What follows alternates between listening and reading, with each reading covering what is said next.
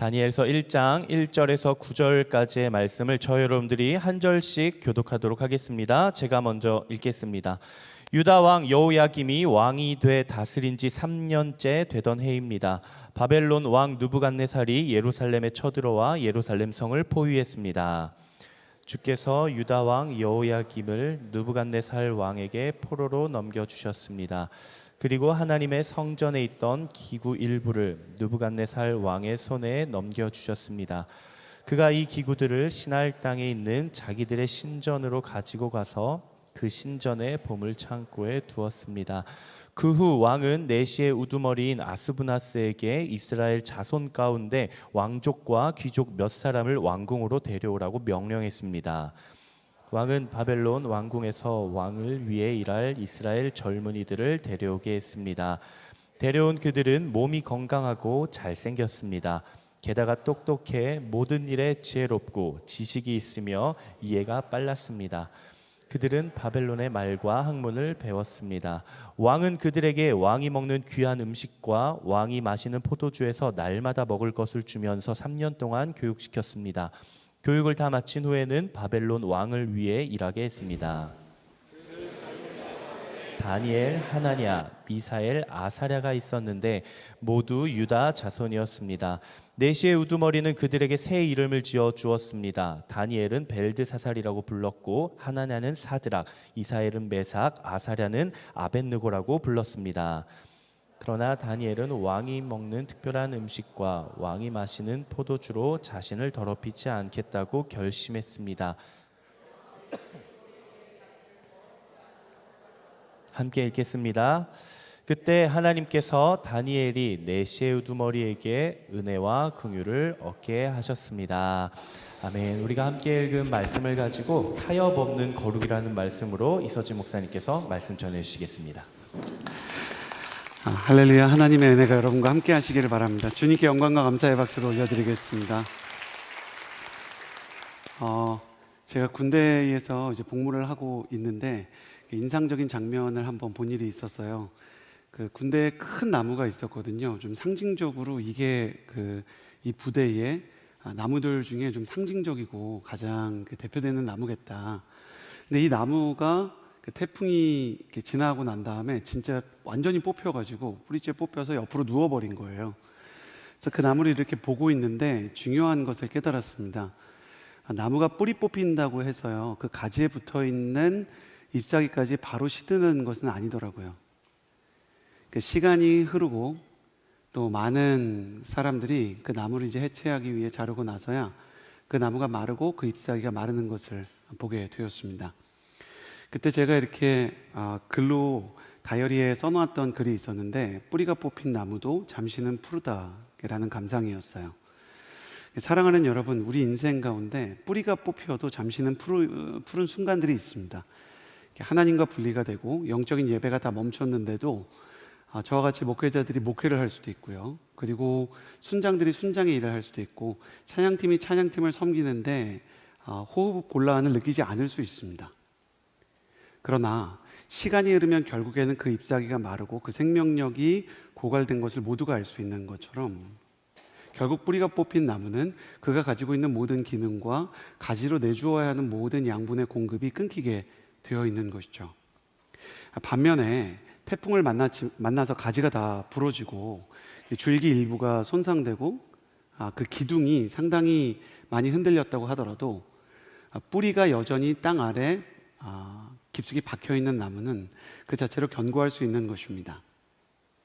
그래서 어떤 사람은 겉으로 보기에 잎사귀가 다 떨어지고, 그리고 그 사람의 인생의 축복의 모든 순간들이 다 지나간 것처럼 느껴져도, 그가 하나님께 뿌리를 받고 하나님의 말씀과 은혜와 연결되어 있는 한 다시 재건될 수 있는 은혜가 있는 것입니다.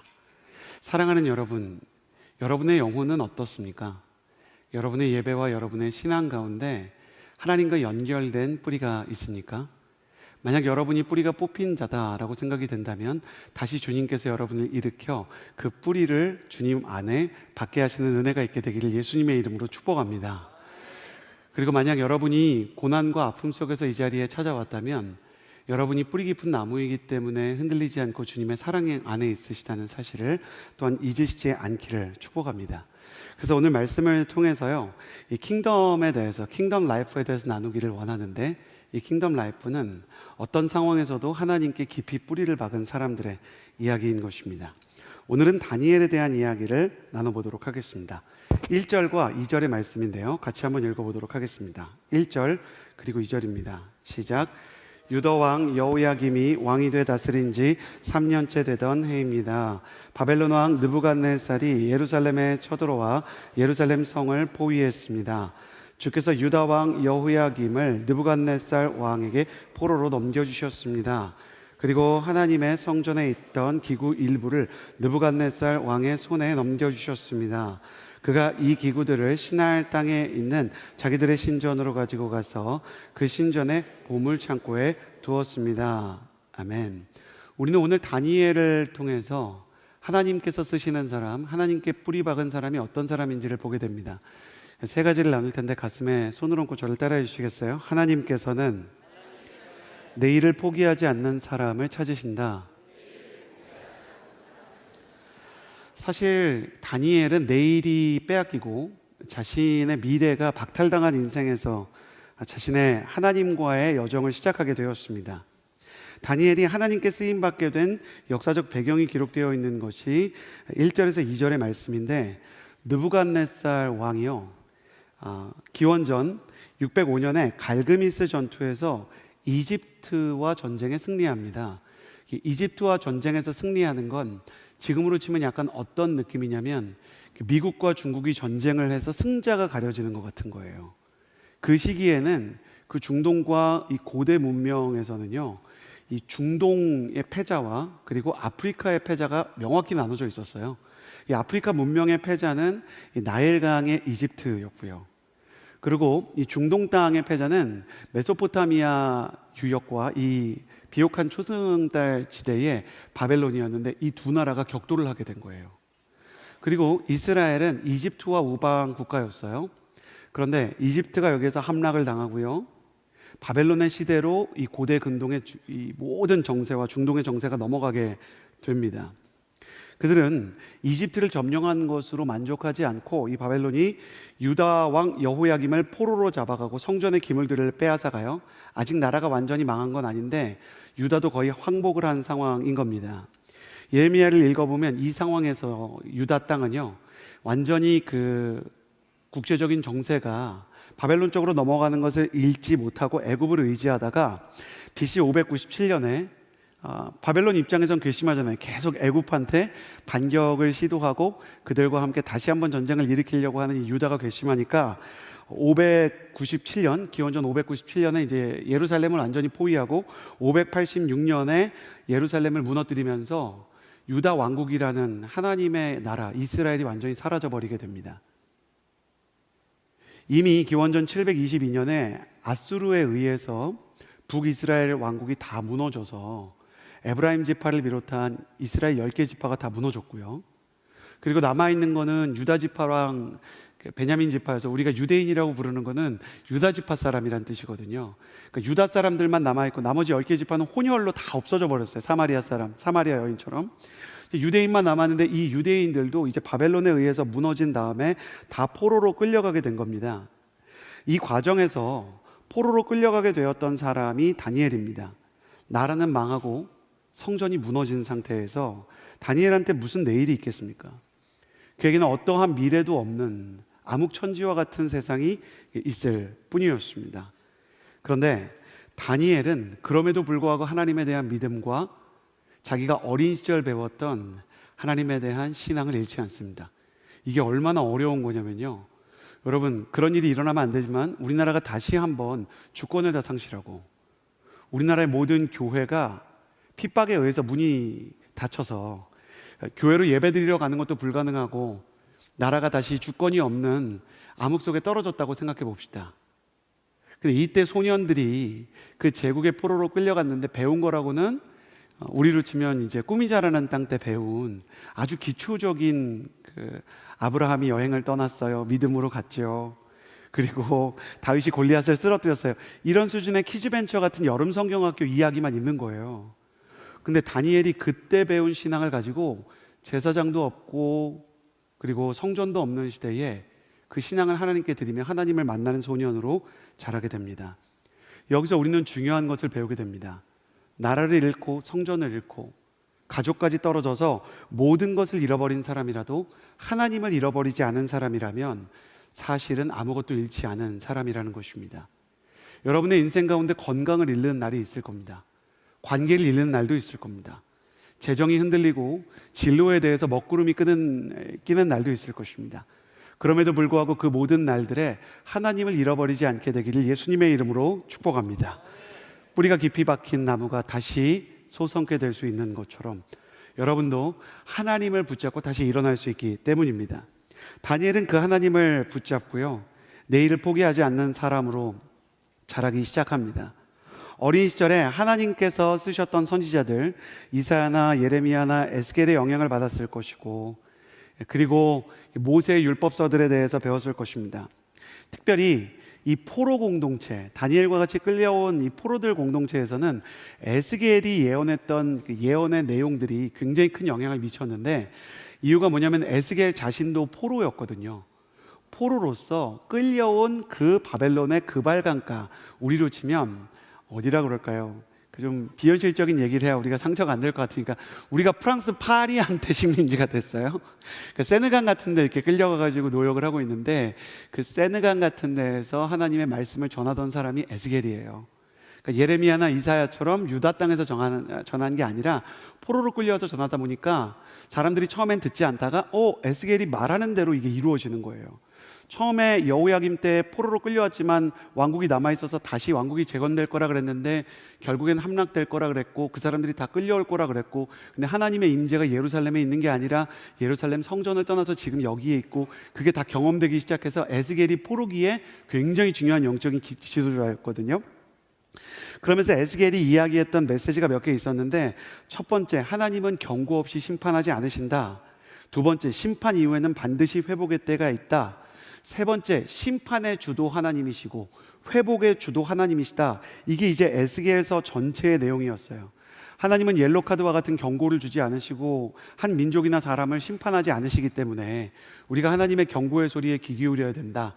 근데 우리가 하나님의 경고와 하나님의 진단을 무시했기 때문에 병이 골마서 고름이 터졌고, 그리고 하나님께서 이 어려움을 주신다. 그러나 고름이 터진 이후에도 주님께서는 회복의 치유를 주시고, 진단을 하실 때도 치유를 하실 때도, 경고를 하실 때도, 심판을 하실 때도, 이 모든 과정에서 회복까지 몰고 가는 모든 게 하나님의 손안에 있다.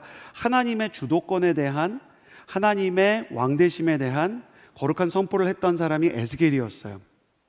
그래서 다니엘이 자신의 조국 남유다의 멸망에 대해서 에스겔과 같은 선지자들의 이야기를 들으면서 배운 건, 이건 느부갓네살의 승리가 아니다, 하나님이 심판하신 것이다 라는 것에 대해서 그가 고백하게 돼요. 그러니까 별로 안 다를 것 같은데, 느부갓네살이 승리한 것과 하나님께서 심판하셨다는 것은 무엇이 다를까? 하나님이 심판하셨다면 이 심판 이후에 대해서도 하나님께서 계획을 가지고 계시다는 소망이 있는 거예요. 하나님께서 모르고 우리에게 주신 게 아니라, 하나님이 당황하시는 상황이 아니라, 하나님이 우리 민족을 회개케 하고 나의 인생을 새롭게 정련하기 위해서 마치 불순물이 섞여 있는 은이나 금을 풀무불에 던지는 것처럼 이 상황을 우리에게 주신 거라면, 하나님의 손 안에 회복의 길과 훈련의 길과 재건의 길이 있을 것이다 라는 믿음이, 에스겔에 있던 그 믿음이 다니엘에게도 전해지게 된 것이에요.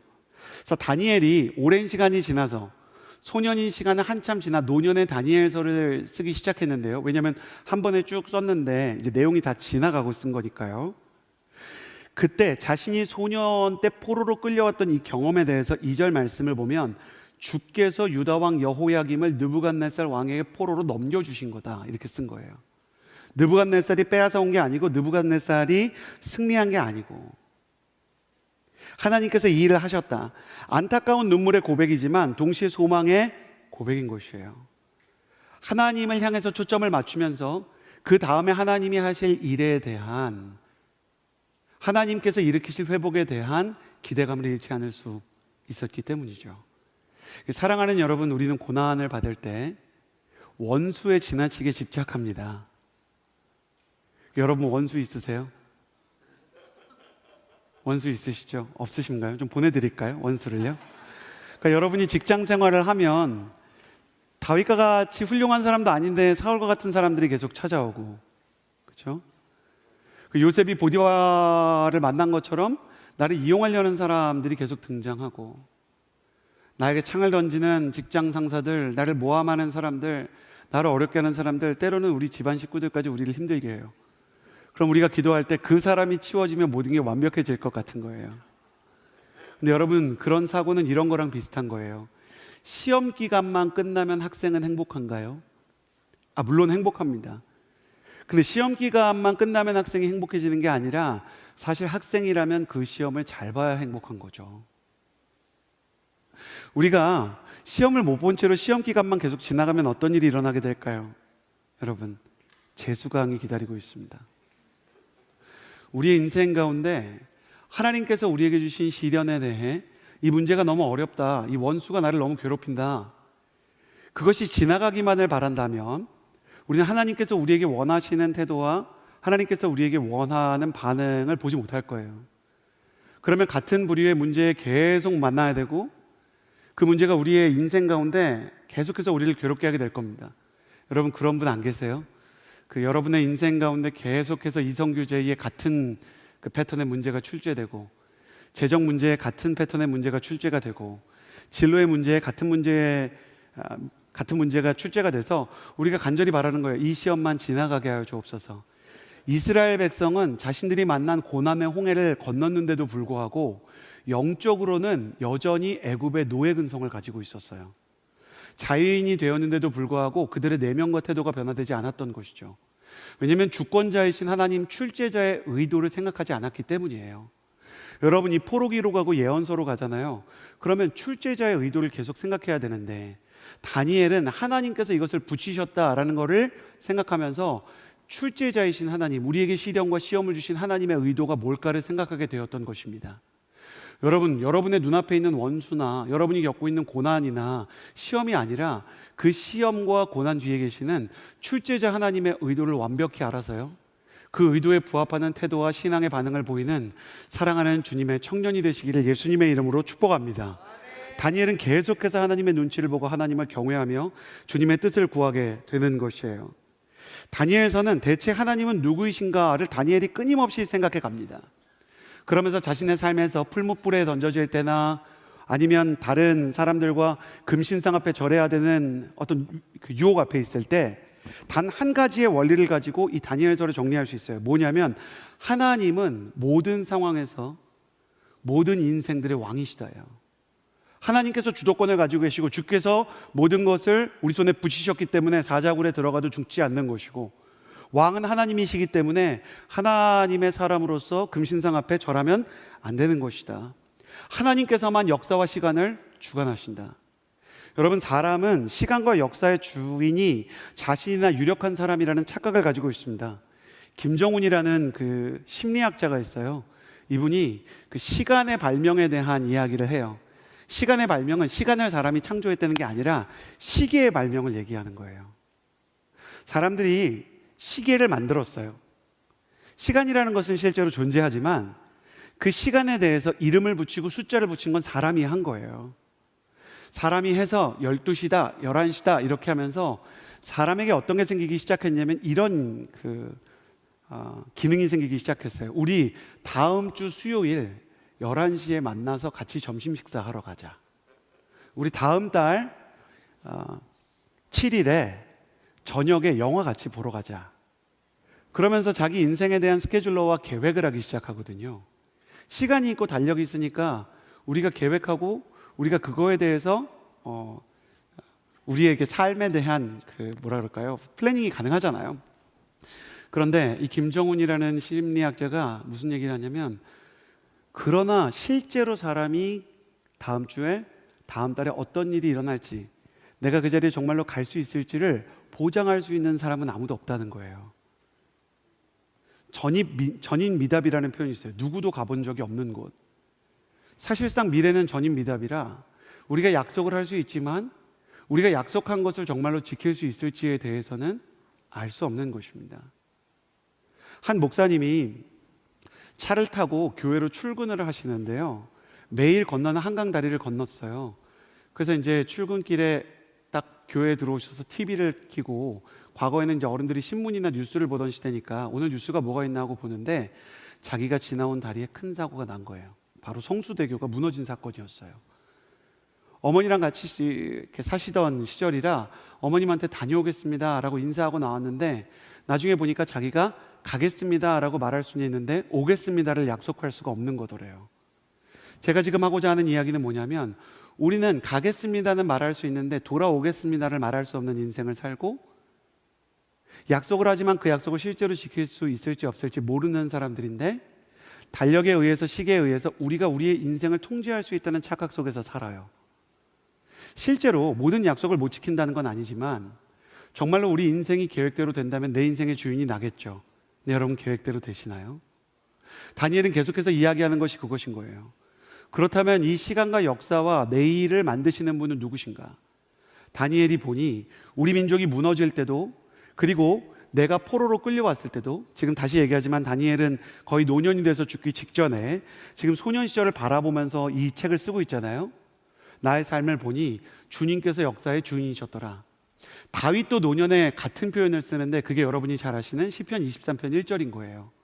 여호와는 나의 목자이시니 내게 부족함이 없으리로다. 4절, 내가 사망의 음침한 골짜기로 다닐지라도 해를 두려워하지 않는 것은 주께서 나와 함께 하심이라.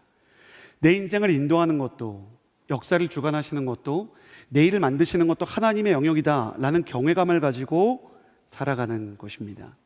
시계가 제 기능을 하려면 시간에 맞춰져 있어야 하듯이, 사람이 제 기능을 하려면 하나님께 맞춰져 있어야 하는 것입니다. 시계보다 본질적인 것이 시간이듯이 우리의 인생 가운데 우리의 계획보다 본질적인 것은 하나님의 계획입니다. 사랑하는 여러분, 저는 여러분의 계획이 하나님의 계획을 만나게 되는 은혜가 있게 되기를 예수님의 이름으로 축복합니다. 그렇게 살아가기 위해 다니엘이 가졌던 마음, 역사의 주인은 하나님이시고 온 인류의 왕은 주님뿐이시라는, 세상의 왕보다 하나님을 두려워해서 절하지 않고 자신을 더럽히지 않았던 경외감을 가지시기를 바라요. 여러분이 시험을 만나고 여러분이 고난을 만났는데도 하나님을 두려워하고 내 인생의 죄에 대해 긴장감을 가지지 않는다면 우리는 경외감이 없는 인생이에요. 여러분, 영적인 비밀을 좀 알려드릴게요. 좋은 게 좋은 줄 모르고 감사하지 않으면 좋은 걸 빼앗기고 그때 좋았다는 걸 추억하게 됩니다. 힘들고 괴로울 때 왕 되시고 주 되시는 하나님께 경외하지 않으면 하나님을 경외할 수밖에 없는 수준의 불구덩이로 가게 되는 것이에요. 여러분의 인생 가운데 한 대 맞았는데 엄살 부리면서 죽게 엎드리는 영성이 있게 되기를 예수님의 이름으로 축복합니다. 한 대 맞았을 때 잘못했다고 해야 되는데, 여러분 그런 분 못 보셨어요? 순원 중에, 아울리스 팀원 중에 한 대 맞았는데 10대 맞는 길로 굳이 가는 분들이 계세요. 아빠가 볼 때 우리 딸은 한 대 맞아서 정신을 못 차리는구나 라고 생각이 되면 그 버릇을 고치기 위해 하나님께서 5대 더 때릴 수 있는 겁니다. 근데 이거 잘못한 거지, 잘못했다고만 말하고 너 정말 우리 이거에 대해서 어떻게 고칠까에 대해서 아빠랑 같이 계획 세우기로 하면 괜찮은 거야 라고 얘기하는데, 나를 때린 아빠에 대한 원망만 가지고 아빠가 어떻게 나한테 이럴 수 있냐, 그런 마음만 가지고 신앙생활을 하면 계속 어려워지는 거예요. 여러분 고난을 만났습니까? 여러분의 인생에 여러분의 마음대로 살다가 죄악 가운데서 힘든 일을 만났습니까? 그러면 다니엘처럼 주님, 제가 지금이라도 주님이 왕이시라는 것을 고백하고 제 인생에서 고쳐야 되는 것들을 생각하고 출제자의 의도를 파악해서 다시 사랑과 회복의 하나님을 진정으로 만나는 은혜가 있게 하여 주옵소서. 우리 인생 가운데 그런 마음이 필요한 거예요. 물론 하나님께서 우리를 견책하시고 혼내실 때 그 메시지에 대해서 너무 강조하면 여러분이 하나님을 너무 두렵게 할 수 있다는 것도 압니다. 그러나 이 시대는 하나님을 두려워하는 것보다는 하나님을 너무 편하게 하는 것 때문에 더 많은 문제가 일어나는 것 같아요. 하나님께서는 정말로 우리를 사랑하시고 은혜를 베푸시는데 신약 성경에서 은혜의 기초적인 뿌리는 용서에 있는 것이고 용서를 받기 위해서는 회개가 필요한 것입니다. 회개가 없고 돌이킴이 없고 내 죄에 대한 고백이 없는 은혜는 사실상 진짜 은혜가 아닌 거예요. 그래서 그런 은혜만 계속 받잖아요. 삶의 태도가 변화되지 않기 때문에 언젠가는 영적 침체에 유리천장에 부딪히게 되어 있어요. 다니엘은 하나님을 두려워하지만 경외감을 가졌는데 이 경외감은 사실 영성학에서는 누미노제라고 부릅니다. 이 누미노제라는 단어는 너무너무 두려워하지만 동시에 너무너무 가까워지고 싶은 거예요. 그러니까 그 평생 동안 그 G드래곤을 좋아하셨던 소녀 팬이 G드래곤을 막상 보면 가서 너무 말 걸고 싶은 마음과 너무 꿈 같아서 말 걸기가 어려운 것 같은 마음이 일종의 경외와 비슷하고요. 더 비슷한 마음은 남편이 아내를 너무 사랑해서 이 아내를 실망시키고 싶지 않아 세상의 유혹과 불륜과 외도와 재정적인 일탈에 대해 저런 건 가지 말아야 되겠다라고 긴장감을 느끼는 마음이 누미노제인 거예요. 내가 너무 사랑하는 대상을 실망시키고 싶지 않다는 마음, 저와 여러분에게 그 마음이 있어야 하고 우리가 사랑하는 하나님을 실망시키지 않기 위해서 주님 앞에 경외함으로 예배할 때 오히려 주님께서는 우리의 그 마음을 알아주시고 품어주시는 역사가 일어나게 될 것입니다. 저는 우리의 인생 가운데 경외가 회복되고 그 경외의 예배 속에서 우리가 너무 사랑하시는 주님께서 우리를 보며 단지 우리를 사랑한다를 뛰어넘어 너는 나의 기쁨이고 너는 나의 위안이고 너 때문에 나의 마음 가운데 감격이 있다라고 말씀하시는 은혜가 있게 되기를 예수님의 이름으로 축복합니다. 다니엘은 이렇게 처절한 내일이 없는 어둠 속에서 하나님을 붙잡고 살아가는 사람이었습니다. 두 번째로 나누고 싶은 것은 3절과 4절입니다. 3절과 4절 같이 읽겠습니다. 시작. 그 후 왕은 내시의 우두머리인 아스브나스에게 이스라엘 자손 가운데 왕족과 귀족 몇 사람을 왕궁으로 데려오라고 명령했습니다. 왕은 바벨론 왕궁에서 왕을 위해 일할 이스라엘 젊은이들을 데려오게 몸이 건강하고 잘생겼습니다. 게다가 똑똑해 모든 일에 지혜롭고 지식이 있으며 이해가 빨랐습니다. 그들은 바벨론의 말과 학문을 배웠습니다. 아멘.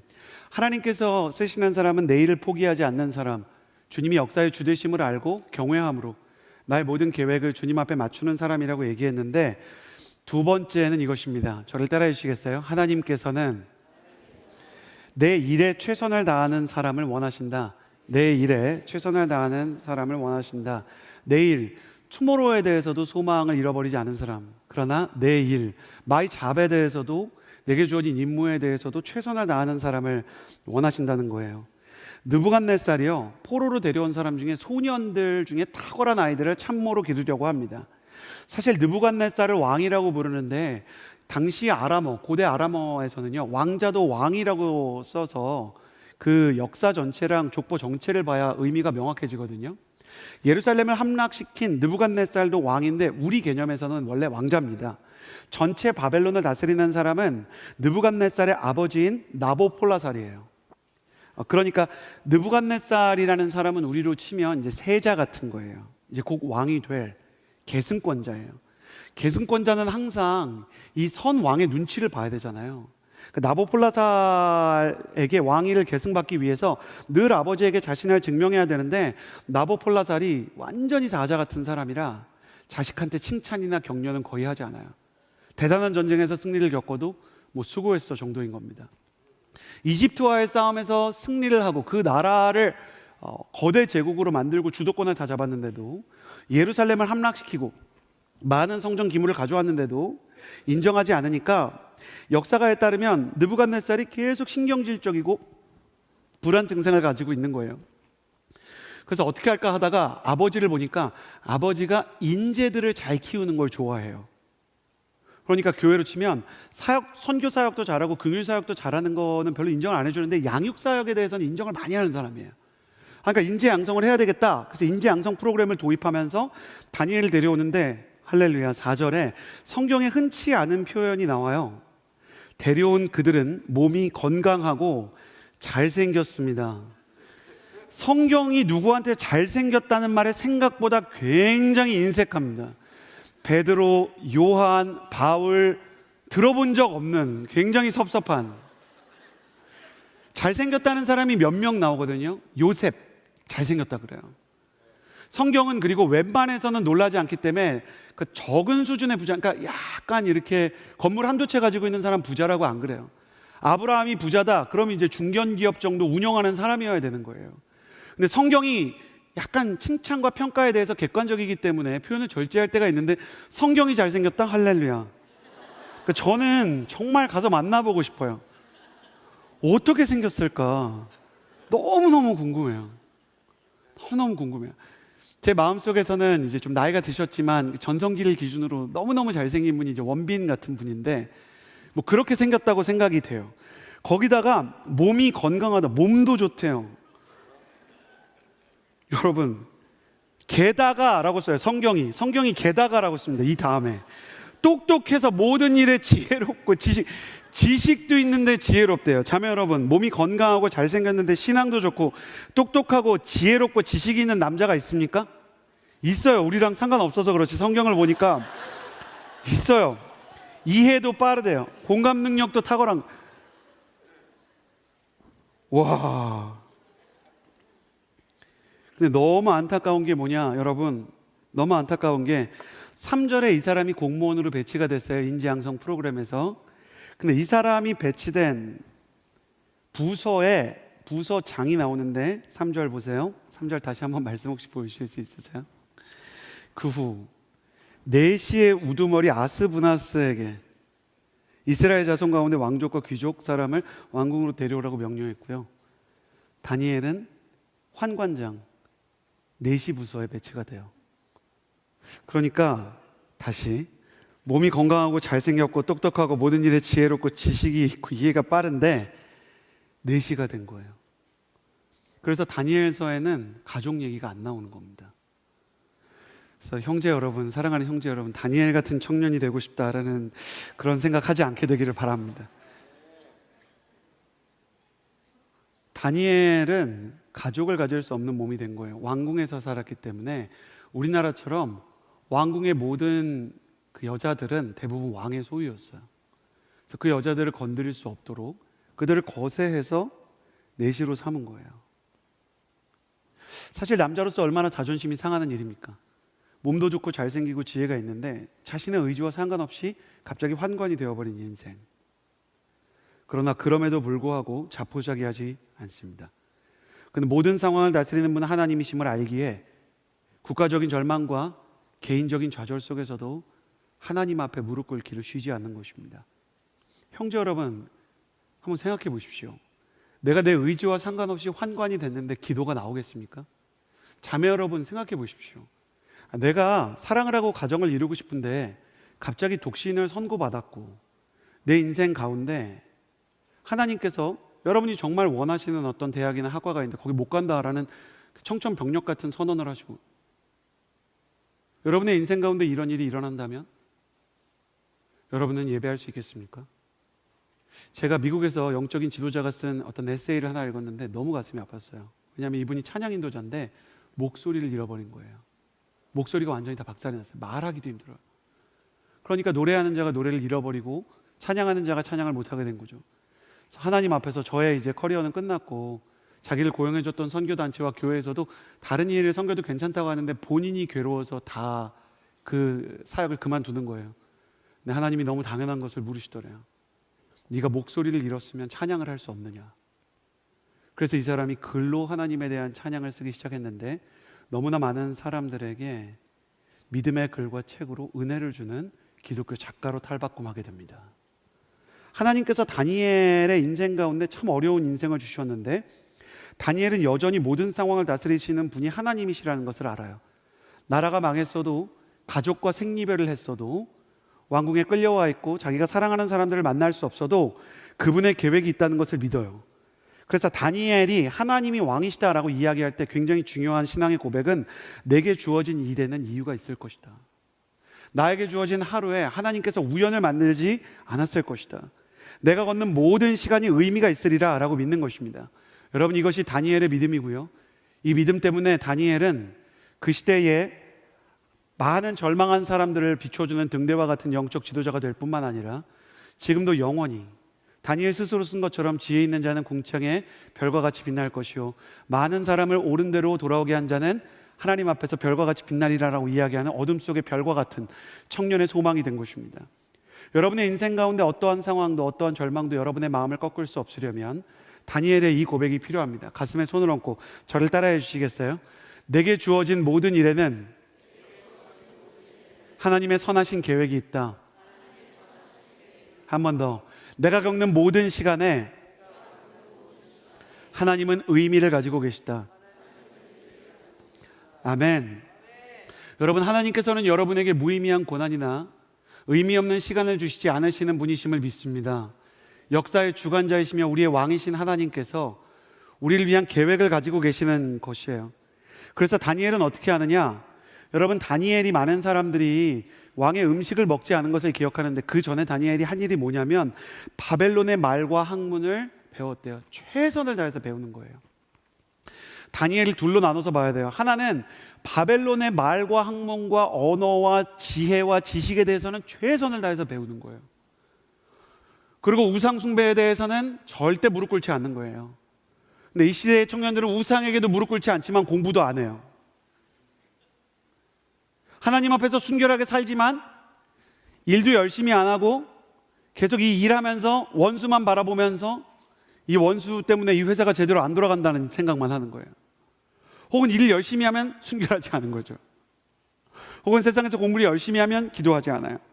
다니엘은 하나님 앞에서 하나님이 싫어하시는 것들을 하지 않으면서도 동시에 자기에게 맡겨진 일들에 대해서 최선을 다해서 일해요. 근데 다니엘이 선택했나 이걸? 다니엘은 선택하지 않았습니다. 근데 성경을 보면 가장 우리가 비전의 사람이라고 생각하는 청년 보통 세 명이 있거든요. 요셉과 다윗과 다니엘인데 이 사람들은 자기가 왕이 되고 싶다고 지원한 적도 없고요.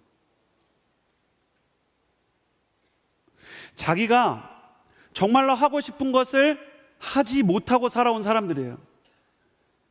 다윗이 안 시켜도 한 일은 뭐였냐면 하프를 켜면서 노래한 거예요. 그건 아버지가 시킨 일이 아닙니다. 다윗이 원하는 건 그거였어요. 근데 아버지가 시킨 일은 뭐냐면 양을 지키라고 하니까 돌팔매를 돌려가지고 양들을 지키기 위해 늑대와 사자와 곰을 쫓는 거예요. 근데 하나님께서 그의 하프를 쓰셨는가, 그의 돌팔매를 쓰셨는가, 초반에는 그의 하프를 쓰셨어요. 그래서 귀신을 쫓고 그 영적으로 깊이 있는 찬양을 하게 하셨죠. 근데 너무 안타깝게 노래를 잘했다는 표현은 없어요. 그러니까 좋아해, 가수가 되고 싶어. 근데 이제 쇼미더머니에서 금목걸이를 못 받는 인생인 거예요. 그런데 돌팔매를 잘 돌렸냐? 이건 확실한 거예요. 골리앗을 쓰러뜨린 게 단순히 요행이 아니라 그는 가는 곳마다 전쟁에서 승리한 것으로 볼 때 골리앗을 쓰러뜨린 이후 장수가 돼서 가는 곳마다 승리하거든요. 반복되는 기적은 기적이 아니에요. 성경에서 여호수아가 태양을 막 인생에서 10번씩 멈춥니까? 모세가 홍해를 100번씩 가르나요? 여러분, 기적은 반복되지 않는 것입니다. 다윗이 계속해서 전쟁에서 승리를 했다는 것은 그의 은사와 그의 강점은 용서에 있다는 거예요. 근데 그거 원해서 한 일이 아니잖아요. 그럼에도 불구하고 하나님께서는 그 사람이 잘하는 일을 쓰셨어요. 이게 우리 인생의 비밀 중에 하나예요. 여러분, 좋아하는 일을 하면 좋지만, 좋아하는 일을 또 잘하면 좋지만 하나님은 그 사람에게 준 은사를 쓰십니다. 그럼 너무 슬프죠. 좋아하는 일 하고 싶은데 잘하는 일이 직업이 되면 좀 슬픈 점이 있잖아요.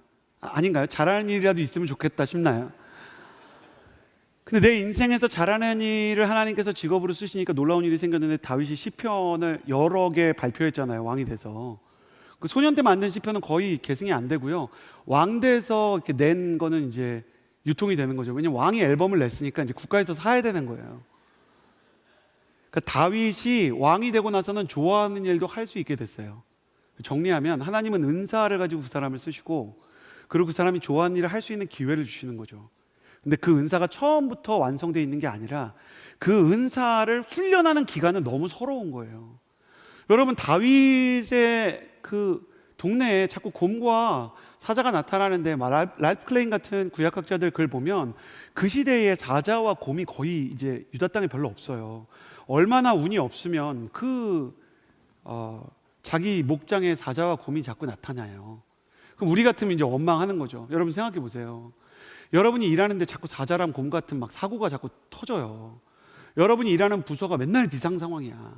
그리고 맨날 야근해야 돼. 다윗은 그렇게 산 거예요. 그러면 이제 우리면 어떻게 생각해요? 현대의 크리스천은 하나님이 부르시는 길이 아닐까? 날 사랑하는 하나님이 나한테 이렇게 하실 리가 없어. 아니에요. 사랑하시는 하나님이 그렇게 하시더라고요.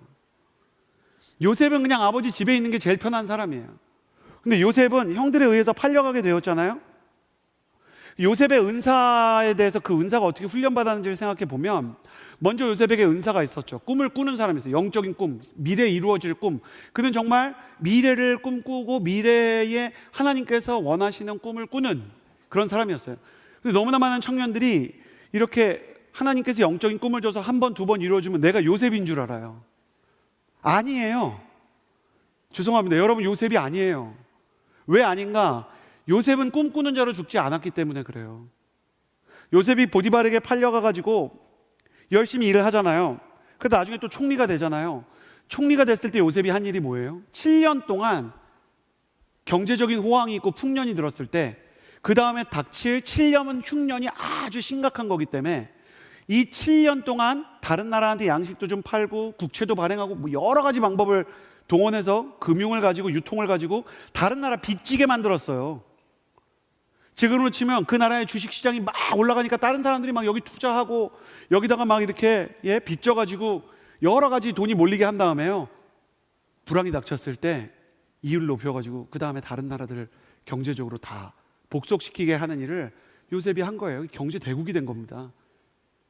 고대 근동의 이집트가 나일강의 패자가 되도록 만든 사람이 요셉인 거예요. 그 지금도 쉽지 않잖아요. 풍년의 시기에 경제적인 기근을, 폭등의 시기에 폭락의 시기를 준비하는 게 쉽습니까? 지금 경제학자들도 못해요. 근데 이 사람은 그 일을 해낸단 말이에요. 자, 이렇게 보면 요셉은요, 그냥 꿈꾸는 사람이 아닙니다. 자기가 꾼 꿈을 보고요, 미래에 필요한 경제적인, 사회적인, 정치적인 준비를 완벽하게 할 수 있는 사람이었던 거예요. 요셉이 처음에는 꿈을 꾸죠. 근데 감옥에서는 술관원과 떡관원의 꿈을 해석해 주죠. 이 고생 속에서 요셉의 은사가 성장하게 되고 큰 도약을 하게 돼요. 꿈꾸는 자가 꿈을 해석하는 자가 돼요. 근데 꿈을 해석하는 걸 넘어가지고 나중에는 그 꿈을 성취하게 되죠. 영적인 꿈을 한 번, 두 번 꾼 걸로 요셉이 될 수 있습니까? 이래도 아닌 거예요. 그 꿈대로 내일을 읽을 뿐만 아니라 그 꿈을 가지고요, 하나님께서 주신 꿈의 의미를 알아서 내일을 완벽하게 대비하고 만들어가는 사람이 하나님의 비전너리인 거예요. 근데 이 만들어지는 과정이 너무 고통스럽단 말이에요. 보디발의 아내에게 모함을 받아서 감옥에 갇히고 형들에게 팔림을 당하고요, 술관원과 떡관원이 나를 잊어버려서 세상 무섭다, 세상 원망하려고 치면 요셉 같은 인생이면 정말 그럴 것 같지 않아요? 여러분이 잘못한 게 아닌데 갑자기 회사의 어떤 실책에 대한 누명을 뒤집어 쓰고 경제사범으로 감옥에 가요. 부모랑 막 생리별을 하고 가족이랑 면회도 안 돼요. 근데 하나님께서 그 땅에서 그를 만드시고 만지시고 새롭게 하셨다. 자, 만들어지는 이 과정은 다니엘에 대한 것이든 다윗에 대한 것이든 요셉에 대한 것이든 전부 다 잔인하고 억울한 것들 뿐이었습니다. 그럼 반대로 말하면 오늘 나의 일에 최선을 다하는 사람에게 꼭 필요한 것은 억울함과의 싸움이에요. 죄송합니다. 이게 쉬운 일이 아닌데 너무 성경의 이야기 가지고 해서 저도 억울할 때가 있어요. 너무 하소연하고 싶고 진짜 내 마음이 그게 아닌데 왜 그렇게 생각하지? 라고 생각하는 사람을 세상에서나 아니면 교회에서나 만날 때가 있는 거예요. 너무 해명하고 싶어요. 정말 그게 아니라는 얘기를 너무 하고 싶어요. 근데 요셉이랑 다윗을 보니까, 다니엘을 보니까 해명의 기회조차 거의 주어지지 않은 사람들인 거예요. MZ세대의 시대적 정신은 이거 한 문장으로 그냥 통일이 되죠. 내가 왜 그렇게까지 해야 돼? 이게 우리 시대의 시대 정신인 거예요. 그것이 근무 여건이든 그것이 친구든 우리가 관계에서 손절을 치든 아니면 안녕히 계세요 여러분 하고 그냥 회사를 그만두든 우리는 더 이상은 못 해먹겠다라는 마음을 마음속에 계속 가지고 사는 사람들이에요. 근데 하나님은 그럼에도 불구하고 해명의 기회조차 주어지지 않은 사람처럼 이거 하다 죽을 사람인 것처럼 최선을 다하는 사람을 쓰시더라. 전 너무 억울한 게, 아니 양칠 때 말해주셨어요. 저 골리앗 쓰러뜨린다고. 그러니까 힘들지 많이, 사자가 와서 우리 아들 많이 힘들지, 우리 딸 지금 보디발의 아내 만나서 많이 힘들지, 나중에 저 여자가 너 쳐다도 못 봐, 너 이 나라 총리 된다. 그러면 혹시 버틸 수 있을지 모르겠어요. 근데 하나님은 요셉에게도 다윗에게도 다니엘에게도 말씀이 없으세요. 죄송합니다 하나님, 제가 너무 화낸 것 같아요. 말씀을 아끼세요. 하나님의 깊으신 뜻이 갑자기 무섭네요. 왜 그런가? 예수 그리스도께서 억울함과 부당함에 십자가를 지신 분이시기 때문에 쓰임받는 사람들이 그 억울함과 부당함에 대해 예수 그리스도의 사람처럼 반응하는지가 너무 중요한 거예요. 여러분, 억울하고 부당할 때 어떠세요? 저도 잘못합니다. 너무 섭섭하고 너무 해명하고 싶고 제 마음은 그게 아닌데 막 얘기하고 싶고, 그럼에도 불구하고 그 일을 하십시오. 그럼에도 불구하고 그 사람을 품기 위해 씨름하십시오. 그러면 여러분이 꿈꾸는 자에서 꿈을 해석하는 자가 되고, 꿈을 해석하는 자에서 꿈을 성취하는 자가 될 것입니다. 루터나 칼빈은 가톨릭에서 종교개혁을 하면서 소명의식이라는 걸 정말 중요하게 생각했어요. 왜냐하면 가톨릭에서는 기도하고 교회에서 봉사하는 사역 같은 것만 거룩한 거라고 얘기했거든요. 루터와 칼빈이 볼 때는 성경의 내용을 보니까 요셉이나 다윗과 다니엘이 자신의 삶의 자리에서 주어진 그 임무와 일에 대해서 하나님께서 내게 주신 일이라고 생각하는 그 마음이 비전을 이루는 토대더라고요. 그러면서 이분들이 강조한 소명의식의 정체는 뭐냐면, 내 마음에 들지 않아도 나의 오늘이 하나님의 계획 안에 있다는 것을 신뢰해야 소명의식인 거예요. 내 생각과 맞지 않아도 나의 업무를 하나님이 주신 것으로 받아들여야, 그래야 소명의식인 거예요. 사랑하는 여러분, 여러분이 힘든 것을 하나님께서 아십니다. 여러분이 억울한 것을 하나님께서 아십니다. 그러나 하나님은 여러분이 세상과 다른 사람이 되기를 원하십니다. 제가 생각해 봤는데, 제가 요셉처럼 총리가 됐으면 저는 총리로 즉위하는 그날 보디발의 아내를 체포해 왔을 거예요. 누나 잘 지냈어? 나야 요셉. 나 그때 나한테 왜 그랬어? 바로 투옥이고, 보디발 보고, 형 그때 나 무고한 거 알았잖아. 형 나한테 왜 그랬어? 술과 넌 떡과 넌 날 잊어버려. 근데 요셉은 형들만 용서한 게 아니라 그의 정치에서 어떤 사람에 대해서도 칼을 들지 않은 것으로 유명하죠. 다윗도 사울에게 칼을 들지 않았을 뿐만 아니라 사울과 함께 자신을 수색했던 사람들을 축출해내거나 제거하지 않습니다. 그것이 하나님의 사람의 디그니티, 긍지이고 프라이드, 자부심이고, 원수를 갚지 않아도 내 마음에 문제가 없는 삶, 원수에게 되갚아주지 않아도 내 마음에 분통이 나지 않는 삶인 거예요. 여러분, 원수 갚아야만 꼭 마음이 시원해질 것 같다면 박찬욱 씨의 복수 3부작 영화를 한번 보세요. 정말 잔인한 영화들. 끝에는 항상 허무함으로 끝납니다.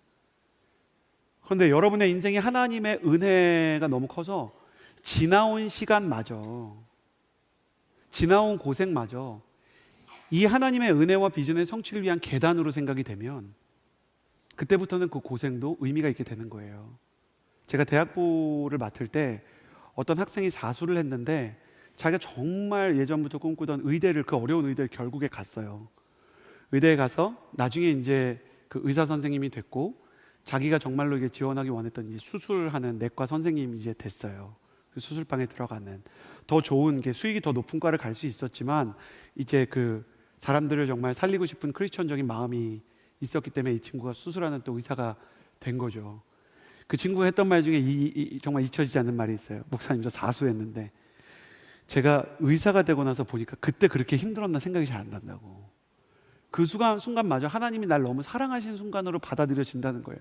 근데 제 입에서 튀어나온 말이 너무 속물 같은 말이었어요. 네가 의사 됐으니까 그렇지. 근데 맞아요, 목사님, 그러는 거예요. 근데 너무 부끄러운데 목사로서 이게 뭔가 내가 의사가 부러운가 막 이런 생각하고 있다가 돌아보니까 주님의 언약이 이루어지면 그 과거까지도 은혜의 계단이 되는 거더라고요. 그러면 더 이상 원수도 생각 안 나고 그때 상처 줬던 사람에 대해서 별로 개의치 않게 되는 영역이 있다는 거예요. 여러분 그런 인생 살아보고 싶지 않으세요? 전 여러분이 그렇게 되기를 바랍니다. 보디발의 아내를 찾지 않아도, 나를 잊은 관원들을 찾지 않아도 주님께서 내게 주신 소명의식을 이룬 것 자체로, 비전이 이루어진 것 자체로 너무 기뻐서 나의 인생의 고난조차 계단으로 여겨지는 인생.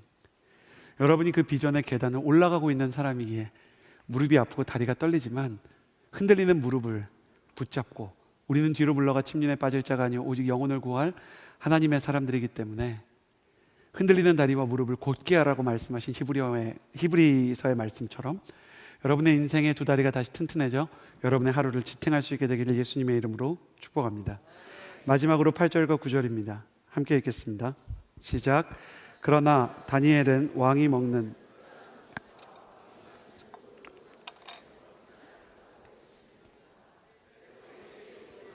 자신은 더럽히지 않게 해달라고 부탁했습니다. 그때 하나님께서 다니엘이 4시의 우두머리에게 은혜와 긍휼을 얻게 하셨습니다. 가슴에 손을 얹고 저를 따라해 주시겠어요? 하나님께서 쓰시는 사람은 타협하지 않는 거룩이 있는 사람이다.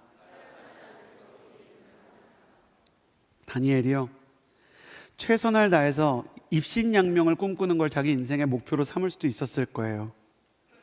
근데 8절에 다니엘이요, 결심했습니다 라고 써 있고요, 개역개정판은 그러나 다니엘은 뜻을 정하여 라고 써 있어요. 뜻을 정해서 자신을 세상 가운데 더럽히지 않는 사람이 되겠다고 결심하고 이 결심을 평생 지키는데요, 이 결심한 나이가 한 10살이에요. 정말 어려요. 오직 하나님만 섬기며 살겠다.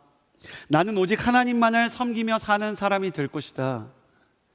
이것이 다니엘의 인생의 목표가 되었어요. 대세를 거스르고 사람들과 다른 삶을 살고 하나님의 말씀과 그분의 뜻을 따르겠다. 그래서 왕의 음식과 포도주를 거절하기로 결정하는데, 왕의 그 음식이 우상에게 바쳐진 다음에 궁전으로 왔고 간접적으로 우상 숭배였기 때문에 모든 상황을 이끄시는 하나님께서 다니엘에게 주신 은혜를 잊지 않겠다는 의미로 다니엘이 이런 결단을 한 거예요. 근데 흥미로운 사실은 신약시대에 가면 사도 바울이 우상에게 바쳐졌던 음식도 먹으라고 이야기해요. 그러니까 지금 선교사님들이 비밀리에 무슬림 국가에 가면 할랄 푸드 아닌 거를 거의 안 파는 그런 곳도 있거든요. 그럼 이제 이분이 사셔야 되니까 할랄 푸드를 먹어야 되는 상황이 생길 수 있는 거예요. 그러니까 신약 성경은 상관없다라고 이야기하는데, 그러면 하나님께서 다니엘 때는 이거를 지키게 하시고, 그리고 신약 시대에는 상관없다고 하시는 건가? 이거에 대해서 바울은 이렇게 얘기해요. 여러분이 들어봤을 거예요. 너희가 먹든지 마시든지 무엇을 하든지 다 하나님의 영광을 위해서 하라 라고 결론을 내요. 그러니까 하나님이 받으신 거는 우상의 제물을 안 먹은 것 그 자체도 귀한 것이지만, 다니엘이 하나님을 사랑해서 그러지 않기로 한 게 너무 귀한 거예요. 여러분 40일 작은 예수 40일 새벽 기도를 안 나오면 주님께서 쟤는 기도 안 하는 애야 라고 생각하시나요? 어떤 사람이 성경 통독을 한 번도 못했으면 일독하고 들어와 천국 갈 때 그러시나요? 그러나 어떤 사람이 하나님을 사랑해서 일독을 하기로 결정하고 40일 새벽 기도를 하면 주님이 보실 때 그게 너무 귀한 거죠. 고작 10살짜리 어린아이가 하나님께 평생을 드리겠다고 맛있는 음식을 참고 마치 금식 기도를 하듯이 주님께 그 마음을 드리는, 주님께서는 그의 형식이 아니라 그 중심을 보셨어요. 이 아이를 써야 되겠다. 음식에 대한 절제가 여러분 얼마나 힘들어요. 힘드시잖아요. 할렐루야. 아니 안 힘들면 우리가 그렇게 체중 감량을 올해는 꼭 기도하겠다고 함께 같이 쓰겠습니까? 힘든 거예요. 근데 10살짜리 어린아이가 여러분 성장기의 허기가 청년의 허기보다 배는 강한 거 아십니까? 그 허기를 참기로 하면서 이 아이가 맛있는 진미라고 또 써놨어요 성경이. 와, 왕이 마시는 그 우리말 성경에는 특별한 음식이래요. 눈앞에 특별한 음식이 있는데 10살짜리 어린아이가 하나님의 사람으로 살겠다고 그걸 참는 거예요. 하나님의 시선이 그에게 꽂히기 시작한 것입니다. 한번 해볼까? 치기 어린 도전이 아니라 목숨을 걸고 저항하는 거예요. 이 결정 때문에 못 먹어서 죽는 게 아니라 어디 건방지게 인재가 너 하나인 줄 알아? 그리고 아스부나스든 느부갓네살이든 그 목을 베버리면 끝나는 거예요.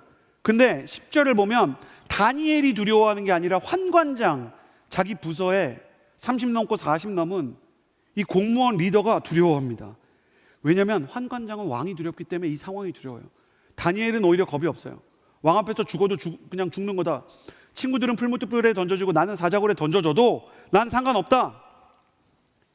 그러면서 너무 담대하게 있는데 환관장이 설명할 수 없는 하나님의 성령의 설득에 의해 왕이 두려운데도 이 아이의 말대로 한번 해보기로 합니다.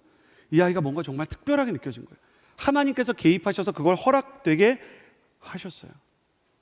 여기서 우리는 몇 가지 중요한 걸 배워요. 사람이 원하는 걸 따라가는 것 같지만 두려워하는 걸 피하려고 살아요. 환관장은 그렇게 사는 거예요. 두려운 거 피하자, 위험을 피하자. 야, 위험만 없어도. 그래서 행복한 인생이 아니라 다행인 인생을 추구하면서 사는 게 환관장인 거예요. 그래서 두려워하는 걸 묵상하면서 사는 거예요. 때로 우리가 그렇죠. 환관장처럼 느부갓네살을 묵상하면서 두려운 거를 묵상하면서 살아가는 거예요. 늘 걱정 많고 근심 많고 어떻게 하면 이 두려워하는 걸 피할 수 있을까? 근데 걱정과 근심은 묵상하면 묵상할수록 작아져요, 커져요? 커집니다. 그러나 다니엘은 두려워해야 되는 왕이 아니라 자기가 쫓는 하나님을 묵상하기 시작했어요. 역시 하나님에 대한 두려움이 있었지만 그건 공포가 아니라 경외, 더 가까워지고 싶고 실망시키지 않고 싶은 마음이었기 때문에 마치 결혼한 남편이 아내를 사랑하듯 주님을 사랑했기 때문에 10살짜리 다니엘의 마음에 너네가 내 이름을 바꿔서 벨드사살이라고 부르고 내 언어를 갈대아인의 언어로 바꾸고 내 환경을 예루살렘에서 그발강가로 바꿔도 내 본질을 바꿀 수 없다. 나는 하나님의 사람이다. 그 마음을 가지고 그냥 사는 거예요. 나는 사나 죽으나 주님의 것이요 먹든지 마시든지 주를 위해 살 것이다. 이게 바울이 이야기하는 먹든지 마시든지 무엇을 하든지 주님을 위해 살겠다. 이 10살짜리 어린아이의 마음에 이 마음이 있는 거예요. 그래서 다니엘은 나중에 6장에 가면 여러분이 잘 아시는 것처럼 지금도 다니엘 기도회라는 이름이 있죠. 창을 열어놓고 하루에 3번씩 기도하는 삶을 살았대요. 하던 대로. 성경에 그렇게 써 있어요. 다니엘은 늘 하던 대로 자기 방 다락으로 올라가서요 하루에 3번씩 예루살렘을 바라보면서 기도했다는 거예요. 성전이 무너졌는데 다니엘이 성령님이 계시는 신약시대가 말하는 너희가 하나님의 성전인 것을 알지 못하느냐, 그 자신이 성전인 것이었습니다. 여기서요 다니엘이 기도하면서 그 세상의 유혹을 뒤로하고 10살 때부터 습관적으로 기도하는 이 무릎 꿇은 다니엘을 생각해 보면 하나님이 그런 마음을 주세요. 하나님은요 하나님 앞에 무릎 꿇는 자가 세상 앞에 무릎 꿇지 않도록 결국 그에게 힘과 능력과 용기를 주신다는 겁니다. 오늘 여러분이 하나님 앞에 무릎 꿇게 되기를 바랍니다. 그러므로 말미암아 여러분의 인생에 세상 앞에 무릎 꿇지 않게 되는 은혜가 있게 되기를 바랍니다. 미국 최초의 선교사 아도니람 저드스는요 버마 선교의 아버지예요. 여기는 예전부터 우상이 많고 잘못된 사상과 가치관이 많은 곳인데 젊은 시절에 이 아도니람 저드스는 선교사로 헌신하지 못했어요. 그는 그 당시에 이제 미국에서 젊은 사람들에게 유명한 지식인 제이콥 임스의 영향으로 무신론자의 강의를 듣고 신앙을 잃어버렸어요. 근데 무신론자를 따라서 신앙을 잃어버리고 영적으로 방황하다가 방랑자처럼 유랑극당에서 돈을 벌어먹고 사는데 어느 날 극당과 함께 숙박업소 여인숙에 묵었을 때 옆방에서 한 남자가 신음소리를 하면서 기도하는 소리를 듣는 거예요. 살려주세요 하나님, 살고 싶어요. 제발 저를 살려주세요. 성경이 맞다면 내가 신앙을 지금은 버렸지만 옛날에 교회 다니다가 지금은 안 다니긴 하지만 야, 저 사람이 진짜 하나님 믿지 않으면 성경대로면 지옥 갈 텐데 저 사람은 어디로 갈까? 이런 궁금증이 들었대요. 그리고 누가 저렇게 기도를 열심히 하면서 살려달라고 할까? 그래서 다음날 여관에 가서요 주인한테 내 옆에 묵었던 사람이 누구냐고 밤새 기도하더라고. 그랬더니 이름을 이렇게 찾아보더니 제이콥 임스네요 라고 얘기하는 거예요. 자신에게 무신론의 영향을 주었던 사람이 인생의 결정적인 계기에서 어떤 고난이 있었는지 하나님 앞에서 기도하는 음성을 듣고 오히려 그 임스가 가졌던 공포가 자기에게 찾아오게 됩니다. 아도니람 저스트는 이 기도가 준 공포 때문에 주님 앞으로 돌아가서 회개하면서 주님 제가 돌아옵니다. 저를 붙잡아 주십시오. 그렇게 기도해서 회심을 하고 선교사로 쓰임 받습니다. 그래서 이 아도니람 저드슨이 설교를 할 때 가끔 이런 얘기를 했어요. 제가 회심을 한 것은 무신론자의 기도 때문이었습니다. 그런데 하나님께서 무신론자의 기도도 쓰신다면 신실한 주님의 종들의 기도는 안 쓰시겠습니까? 사랑하는 여러분, 다니엘처럼 기도하고 뜻을 정하여 주님을 위해 살겠다고 결단합시다. 그래서 주님 앞에 무릎 꿇음으로 세상 앞에 무릎 꿇지 않는 거룩한 주의 자녀가 되는 저와 여러분이 되었으면 좋겠습니다. 같이 기도하겠습니다. 이 시간에 이렇게 한번 초청해 볼까요? 화요성령 집회 오셨으니까 제 마음속에 기대가 있고 이렇게 믿음이 있는데 저와 여러분 모두 우리 기도하러 온 거 아니겠습니까? 그래서 이렇게 기도하기를 원합니다. 하나님, 제가 다니엘처럼 기도의 깊이가 더하기를 원합니다. 하나님 앞에 무릎 꿇으며 나의 인생을 살아가기 원하는 마음이 있습니다. 내 인생의 고난과 이해되지 않는 시간들이 있지만 그 시간마저 하나님께서 내게 주신 시간으로 받아들이기를 소원합니다. 혹시 이 가운데 다니엘처럼 기도의 깊이가 더해가기를 원하는 분들이 계시다면, 세상 사람과 다른 방식으로 하나님께 쓰임받으며 주님께서 원하시는 비전의 사람이 되고 싶은 분들이 계시다면 자리에서 일어나서 같이 기도합시다. 주님, 제가 그 기도의 결과 깊이가 달라지기를 원합니다. 이 시간 두 손을 가슴에 얹고 기도하며 나아갈 때, 하나님 아버지, 다니엘 같은 자가 되기 위해서 주님만이 왕이시라는 사실을 잊지 않게 하여 주옵소서. 주님께서 역사의 주관자라는 사실을 망각하지 않게 하여 주옵소서.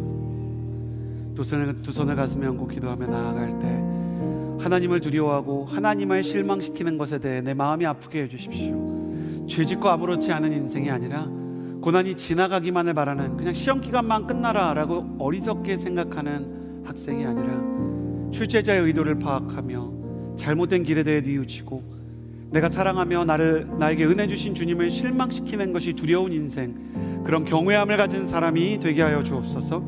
주님을 사랑하기에 주님을 실망시키지 않고 싶어하는 경외의 예배자, 그 경외감을 가지고 살아가는 사람이 되게 해달라고 우리 주여 한번 부르짖고 기도합니다. 주여.